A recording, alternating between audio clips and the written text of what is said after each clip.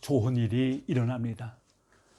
코로나19 바이러스가 전 세계를 강타하면서 새롭게 만들어진 신조 중에 코로나 블루가 있습니다. 코로나 블루란 코로나19와 우울감 블루가 합쳐진 신조어로 코로나19 사태의 장기화로 일상에 큰 변화가 닥치면서 생긴 우울감이나 무기력증, 경계, 불신감을 뜻합니다. 이는 감염 위험에 대한 우려는 물론 사회적 거리에 두기로 인한 일상생활 제약이 커지면서 나타난 현상입니다. 코로나와 같은 급작스러운 재난 상황에서는 불안과 두려움 등 정신적 충격을 겪게 되는 경우가 많습니다. 예를 들면 외부 활동을 자제하고 실내에 머무르면서 생기는 답답함, 나도 코로나에 걸릴 수 있다는 불안감, 작은 증상에도 코로나가 아닐까 걱정하는 두려움, 활동 제약이 계속되면서 느끼는 무기력증, 감염병 관련 정보와 뉴스에 대한 과도한 집착, 주변 사람들에 대한 경계심 증가, 과학적으로 증명되지 않은 민간요법에 대한 맹신 등이 이에 해당합니다. 어떤 이는 이를 트라우마 상황에 준한다고 말합니다. 정신과 전문의 정혜신 박사는 이를 죽음, 각인, 죽음의 내 안에 훅 들어왔다는 걸로 표현했습니다. 일상이 전선이 되었다는 것입니다. 멀게만 느껴졌던 죽음 또는 죽음의 위협이 일상이 되어 내 곁에, 내 안으로 들어온 것입니다. 매일같이 오늘은 확진자가 몇 명 더 늘어나고 몇 명이 사망했다는 소식을 들으면서 일상이 죽음과 곧바로 밀접하게 연결되어 있음을 느끼게 됩니다. 그러다 보니까 전에는 사람을 좋아했는데 이제는 사람을 경계하고 의심하게 되고 지나치게 민감한 스스로에게 놀라게 됩니다. 내가 이러다가 망가지는 게 아닌가 하는 염려도 하게 됩니다. 그뿐만이 아닙니다. 학교나 직장 등 일터에 나가지 못한 날이 늘어가면서 한정된 공간에 온 가족이 함께 있다 보니까 부부 간에, 부모 자식 간에 새로운 갈등과 다툼이 벌어집니다. 오랜만에 같이 있으면 좋을 것 같지만 실상은 그것이 스트레스가 되어서 서로를 힘들게 하는 것입니다. 이런 상황에서 아마 제일 힘든 것은 아이들이나 주부일 것입니다. 원래 밖에 뛰어나가 놀아야 하는 게 아이들 본능인데 타고난 본능에 반하다 보니까 아이들 역시 쉽지 않습니다. 집에서 지낸 것도 하루 이틀이지 아이들은 통제가 안 됩니다. 그런 애들 때문에 짜증이 나서 소리를 지르거나 야단을 치고 나면 내가 이런 엄마 아빠밖에 안 되나 싶은 자책의 상처가 되어 또 나를 후벼 팔 때가 많습니다. 너무 붙어 있어 문제가 되는 것입니다. 젠틀하게는 상황이 그리 녹록지 않습니다. 이건 남편도 마찬가지입니다. 아무리 부부라도 서로 간에 편안한 심리적 안정거리가 있습니다. 경계선이 있다는 것이죠. 그러나 코로나19는 이것을 허용치 않습니다. 이러한 심리적 안전거리인 경계가 침범나가면 이 또한 엄청난 스트레스가 됩니다. 이걸 견디지 못하면 서로 부딪히고 그래서 가정에서 코로나로 인한 부부싸움과 가정폭력이 많이 늘었다고 합니다. 그 결과 코로나 이혼이라는 새로운 신조어가 어두운 주택가를 유령처럼 배회하고 있습니다. 이번 코로나19의 발원지 중국 우한에서 코로나19 이혼이 특별히 심하다고 합니다. 이러한 가정폭력이나 코로나19 이혼은 유럽 역시 예외가 아닙니다. 이는 전 세계적인 현상입니다. 여기에 치명적인 타격을 가하는 것이 경제적인 어려움입니다. 전혀 예측하지 못한 상태에서 마치 한밤중에 비수처럼 날라온 이번 사태로 인해서 너무나 많은 이들이 어려움을 겪고 있습니다. 특별히 지난해 말이나 금년 초에 새롭게 일을 시작하신 분들이 미처 채 꿈을 펴기도 전에 된소리를 맞게 된 것 같아 더 안타깝습니다. 이런 상황에서 자칫하면 무력감에 사로잡혀 우울증에 빠지기 쉽습니다.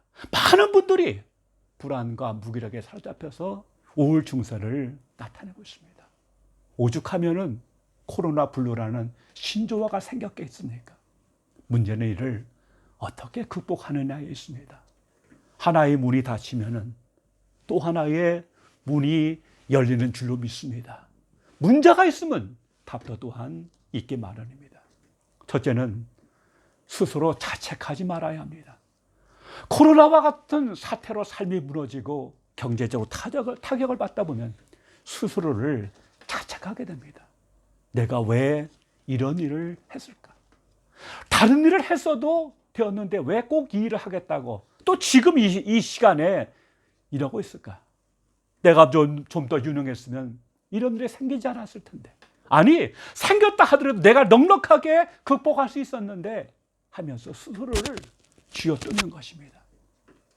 트라우마란 이전에 내가 살던 익숙한 곳에서 시공간적으로 떨어져 나간 것을 말합니다. 심리적 오지에 떨어진 겁니다. 그래서 여기가 어딘지 도무지 감을 잡을 수가 없습니다. 어떤 상황인지조차 알 수가 없습니다. 이전의 룰과 이전의 것처럼 통하지 않는 상황. 그럴 때 어떻게 해야 됩니까? 그때는 움직이지 말아야 합니다. 시야가 확보될 때까지 기다려야 합니다. 이 사실을 우리가 받아들여야 합니다. 불안하니까 뭐라도 해야지 하고 움직이다가는 에너지만 소진되고 긍정적인 결과를 얻을 수 없습니다. 또 하나 중요한 것은 이건 당신 탓이다 하면서 상대방의 탓을 해서는 안 된다는 것입니다. 탓한다는 것은 내가 나를 잡는 것이고 상대방을 잡는 행위입니다. 이번 코로나19 사태는 거기에 연루된 아직은 온전히 알 수 없는 오린 탓입니다. 탓이라면 그 사람들 탓이죠. 이런 재수가 없어 생긴 것도 아니고 어느 개인이 잘못해서 생긴 것이 아닙니다. 요는 서로 탓을 하지 말고 붙들어 줘야 한다는 것입니다. 서로가 서로에게 비빌 수 있는 언도, 기댈 수 있는 어깨가 되어 줘야 한다는 것입니다. 이런 자각이 나와 우리를 지켜줍니다. 어둠 속에 서로 손을 잡아 주어야 합니다. 둘째로 생각해야 할 것은 이런 데는 중요한 결정을 하지 말아야 한다는 것입니다. 사실 이 거대한 코로나 사태 앞에 우리 개인이 할 수 있는 게 별로 없습니다. 손을 자주 씻고 마스크 착용하고 사회적 거리두기 등은 그걸 제외하면 사실 우리가 할 수 있는 게 없습니다. 그래서 더욱 무기력함을 느끼게 되는 것입니다. 이것은 소위 전문가들도 마찬가지입니다. 코로나 사태가 발발하자 각 분야 전문가들이 나름 코로나 이후에 변화를 예측했는데 충격적일 정도다가 맞지 않아 당황하고 있다고 합니다. 예를 들면 이번 코로나 사태 이후에 우리 한국이 경제적으로 가장 큰 타격을 받을 거라 많은 사람들이 예상했습니다. 코로나의 발원지인 중국과 가깝고 경제적으로 중국과 많이 의존하고 있기 때문입니다.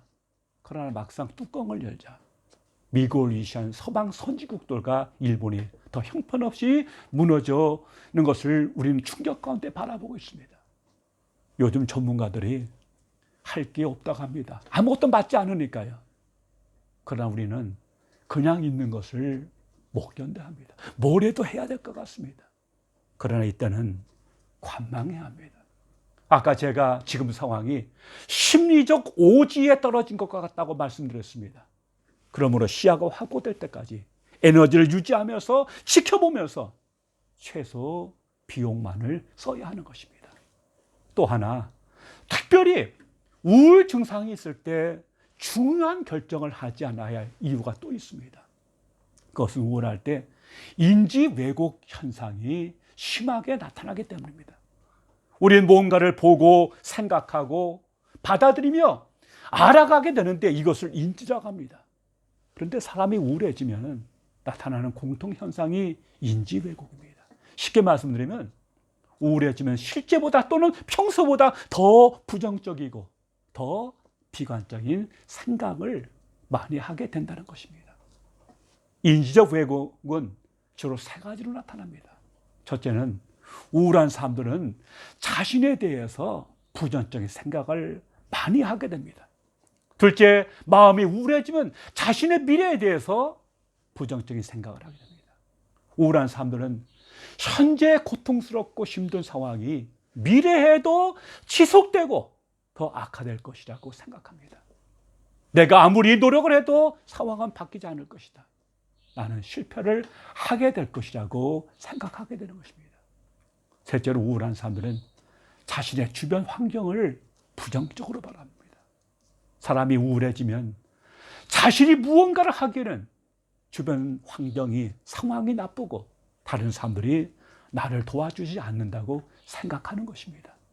예를 들면 주변에는 날 도와주고 이해하는 사람들이 하나도 없다거나, 가족들은 모두 나에게 무언가를 요구하기만 하고 아무도 날 이해해 주지 않는다고 생각합니다. 또는 세상은 너무 각박하고 경제적이다, 이런 식으로다가 더욱더 생각이 그걸로 쏠리게 되는 것입니다. 이런 상태에서 인생의 중요한 결정을 하게 되면 오히려 상황이 더 악화되게 됩니다. 시야가 좁고 생각이 왜곡되어 있기 때문입니다. 그래서 우울증 상태일 때 극단적 선택을 많이 하는 것입니다. 미국의 존스 홉킨스 의과대학은 우울증 환자의 자살률이 일반인의 41배에 이른다고 합니다. 이럴 때는 이직이나 이혼을 하거나 중요한 계약을 하는 등 중요한 결정을 하면 안 됩니다. 무엇을 하든 폭풍우가 지나가고 나서 하늘이 맑고 영혼이 고요할 때 결정하지 않으면 돌이킬 수 없는 큰 실수를 하게 됩니다. 셋째, 이번 기간을 성찰과 쉼의 기회로 삼아야 합니다.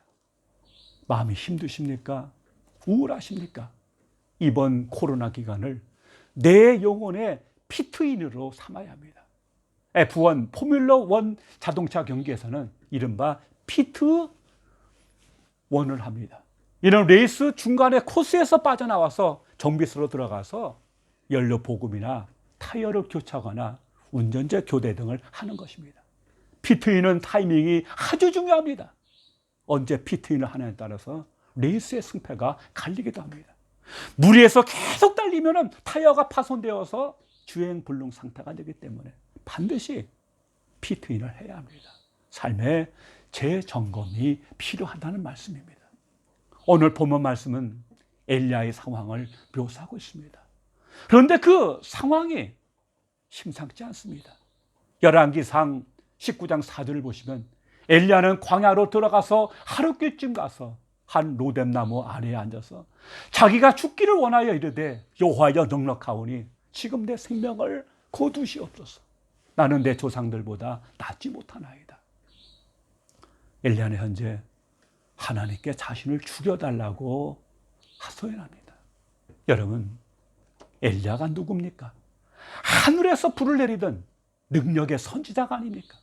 여러분, 엘리야 하면은 떠오르는 이미지가 무엇입니까? 첫째는 아합이 이세벨과 하나 되어서 이스라엘의 선지자를 전부 죽이고 핍박하고 온통 나라를 우상 숭배 소굴로 만들어버리자. 내 말이 없으면 이스라엘에 비가 오지 않을 것을 선포한 하나님의 사람이 바로 엘리야입니다. 그러자 3년 동안 그의 말대로 이스라엘의 하늘문이 닫혀서 비 한 방울 내리지 않았습니다. 이스라엘은 산천초목이 타들어가는 혹독한 고통을 겪어야 했습니다. 그의 입술에 그처럼 권세가 있었습니다. 참으로 대단한 사람 아닙니까? 둘째는 그는 바알 선지자들과 450대 1에 목숨을 건 영적 싸움에서 이긴 사람입니다. 3년 만에 그는 아합을 만나서 갈멜산에서 아합의 선지자들과 영적 대결을 벌여서 이스라엘에 누가 참 하나님인가를 가리자고 선전포고를 했습니다. 그것이 열왕기상 18장의 내용입니다. 그날 갈멜산은 사람들로 발 디딜 틈이 없었습니다. 누가 참 이스라엘의 하나님인가를 가리는 세계적인 대결에 많은 사람이 모여든 것입니다. 먼저 엘리야는 바알 선지자한테 기회를 주었습니다.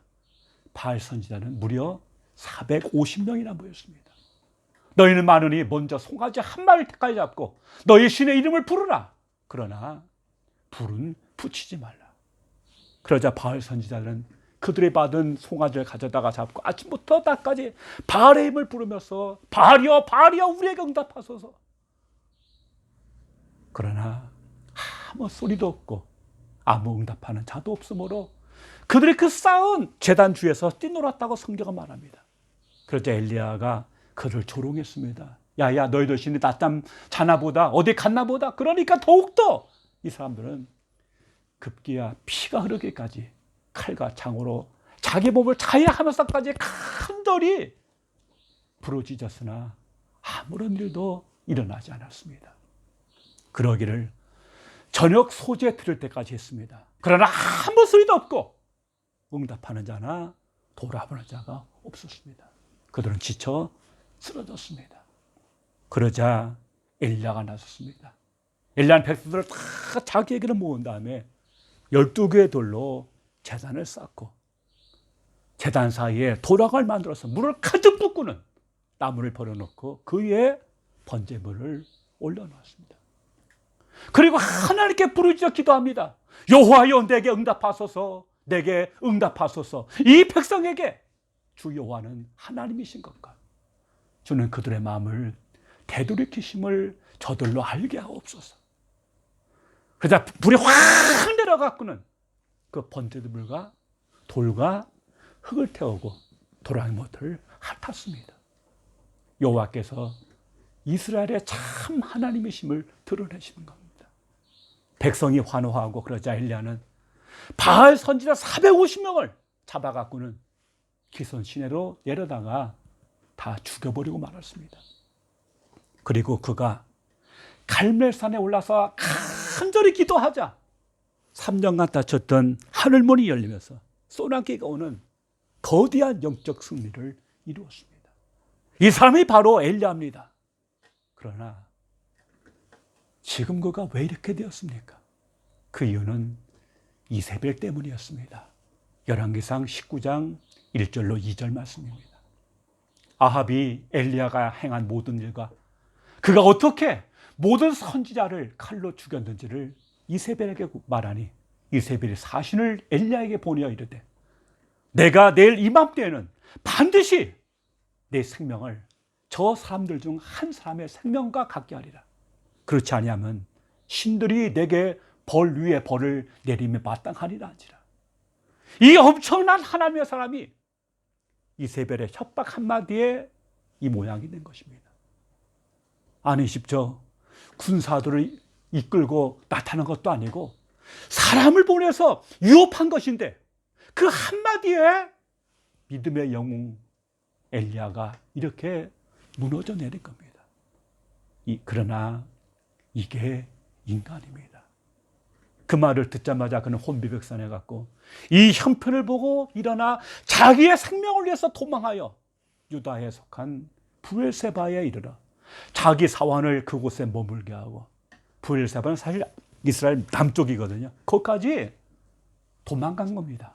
하나님께 나아가 차라리 나를 죽여달라고 부르짖은 것입니다. 천하의 믿음의 영웅이라도 한순간에 무너질 수 있는 것, 이것이 인간임을 알아야 합니다. 현재 엘리야는 극심한 감정의 기복을 나타내며 하나님께 자신을 죽여달라고까지 하는 극단적 심리 상태를 나타내고 있습니다. 성공의 정점에서 한순간에 절망의 나락으로 떨어진 것입니다. 감사한 것은 그런 엘리야를 향해서 하나님은 한마디 책망도 하지 않으셨다는 것입니다. 아니 하나님의 종이 너 지금 그게 무슨 꼴이냐?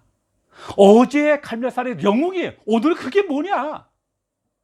하면서 한마디 책망 없이 그를 그대로 받아주셨습니다.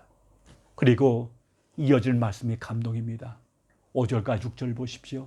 나무 아래에 누워 자더니 천사가 그를 어루만지며 그에게 이르되 일어나서 먹으라 하는지라. 본즉 머리맡에 숯불에 구운 떡과 한 병 물이 있더라. 이에 먹고 마시고 다시 누웠더니 현재 엘리야는 극도로 지치고 낙심한 상태에 있습니다. 그 지친 엘리야에게 찾아오신 하나님은 천사를 통해서 그의 지친 몸과 영혼을 어루만져 주셨습니다.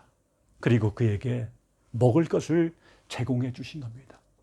그리고 그것은 다음 날 또 계속되었습니다. 여러분, 이것이 우리에게 주는 교훈이 무엇입니까? 지치고 힘들 때 하나님께 나아가야 한다는 것입니다. 지치고 힘들 때 힘들다고 말하는 거 역시 중요합니다. 그러나 우리는 그렇게 하지 못합니다. 자존심 때문에 내가 솔직하게 내 연약한 면을 보이면 사람들이 실망하고 놀리고 비웃을까 봐 두려워 오히려 마음의 빗장을 더 단단히 붙들어 맵니다. 더 두껍고 단단한 가면을 뒤집어 쓰는 것입니다.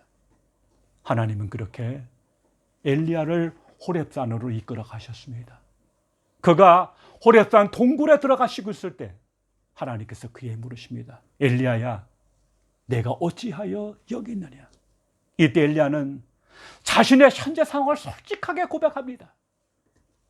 그리고 나만 남았다고 또 말합니다. 그러자 하나님께서는 그에게 나가서 여호와 앞에서 산에 서라고 하십니다. 그리고는 하나님 당신을 그에게 나타내시는데 크고 강한 바람 속에 계시지 않으시고 지진 가운데서도 계시지 않으시고 불 가운데서도 계시지 않으셨습니다. 불 후에 세미한 소리 가운데 하나님 자신을 드러내셨습니다. 그리고 그에게 사명을 주시고 아직 바알에게 무릎 꿇지 아니한 믿음의 용사 7,000명이 있음을 말씀하셨습니다. 하나님께서는 지치고 낙심한 엘리야를 쉬게 하셨습니다.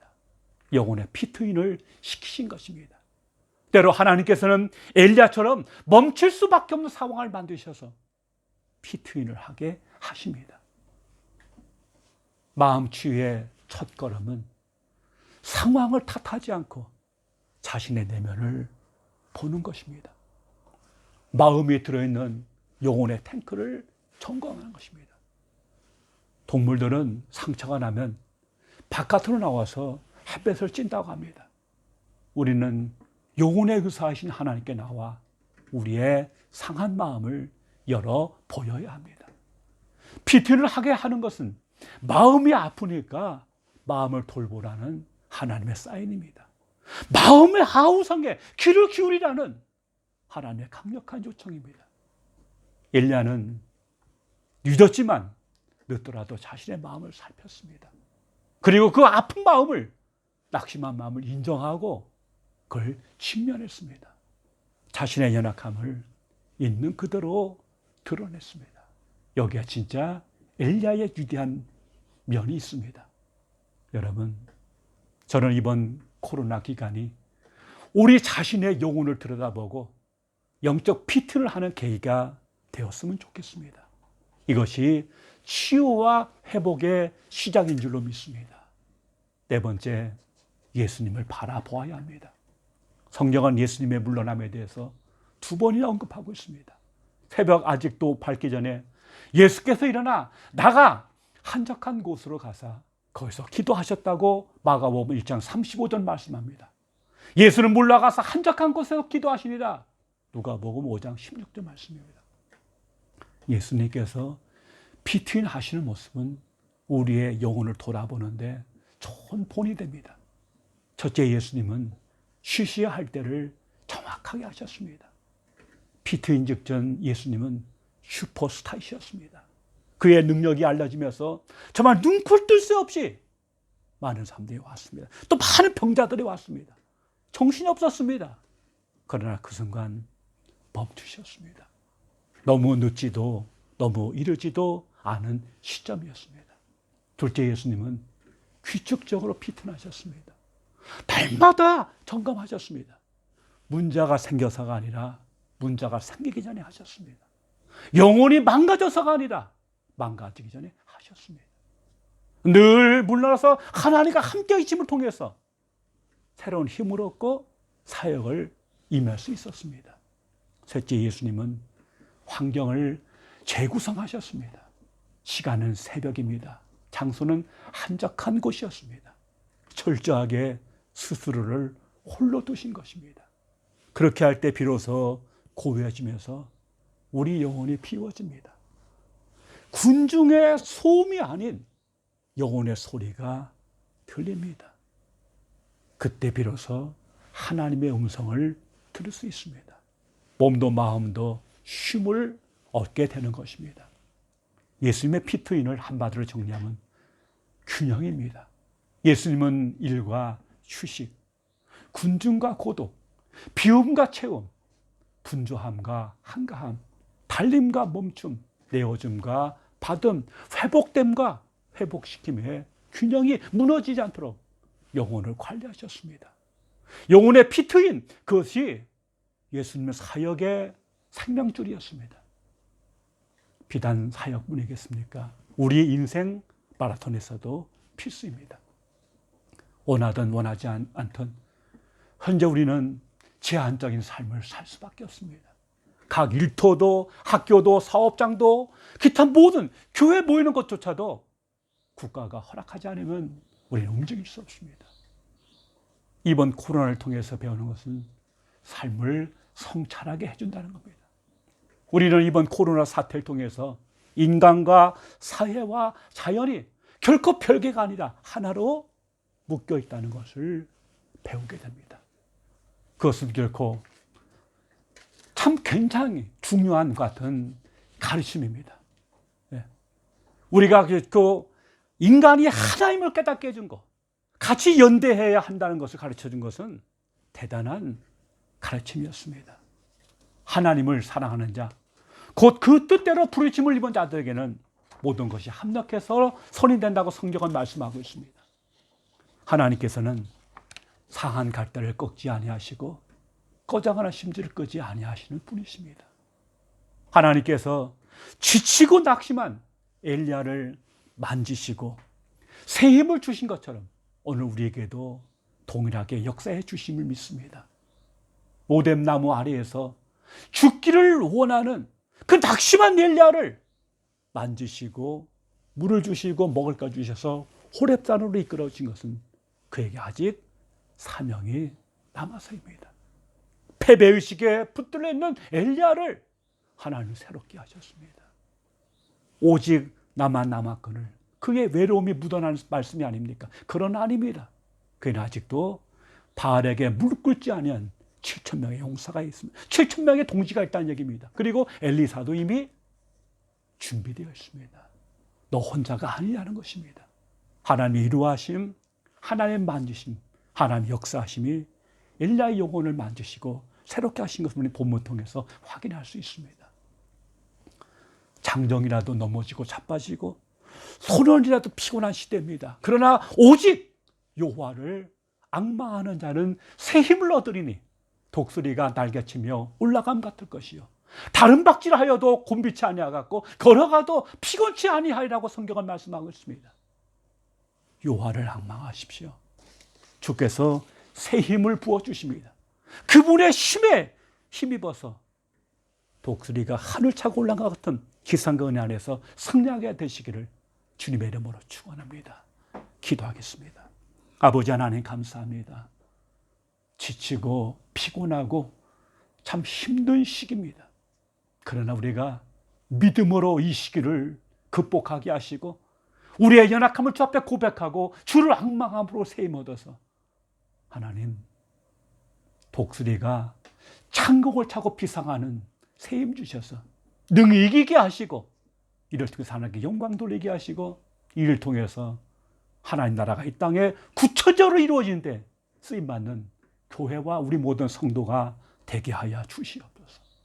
예수님 이름으로 기도하옵나이다. 아멘.